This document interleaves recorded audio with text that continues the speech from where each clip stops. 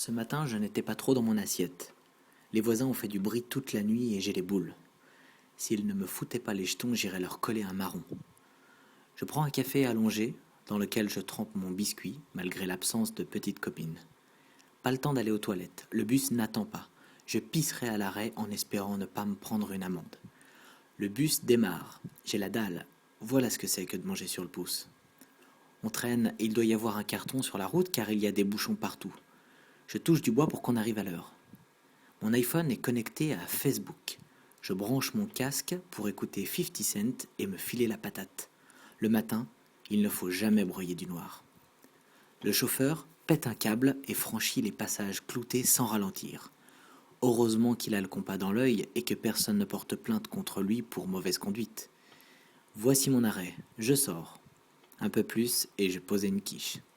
J'arrive au boulot à temps, sur la porte est écrit « Entrez, c'est ouvert ». Mon premier rendez-vous me pose un lapin sans me passer de coup de fil au préalable. Le stagiaire est à côté de la plaque et ma collègue me prend le chou à toujours passer du coq à l'âne. La journée n'a pas commencé que je suis déjà au bout du rouleau. On est tombé sur une tuile avec le dernier projet. Notre fournisseur nous a encore roulé dans la farine. Nous, quasi blancs comme neige, avons pour habitude de jouer la transparence, mais ce n'est pas sans compter sur les malhonnêtes. D'habitude, je me fends la poire. Là, je pédale dans la semoule, faut l'avouer. À ce rythme, dans quelques mois, je mets la clé sous la porte. Ce serait le clou du spectacle. J'aimerais bien qu'à défaut de me mettre des bâtons dans les roues, on me donne un coup de pouce de temps en temps, qu'on me file quelques tuyaux, quoi.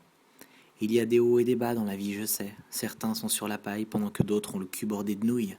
Mais ce n'est pas une raison pour me chercher les crosses quand je suis au fond du seau.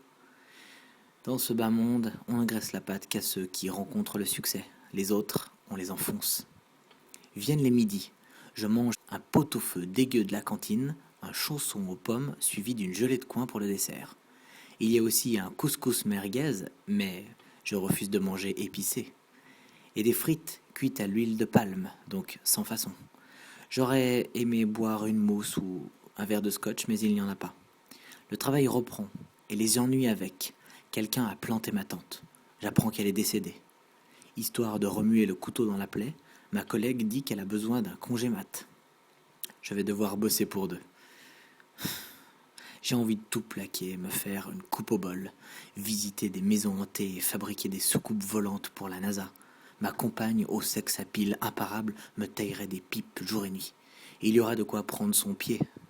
Hélas, les obligations m'empêchent. Et je reste le cul entre deux chaises. La raison et les envies.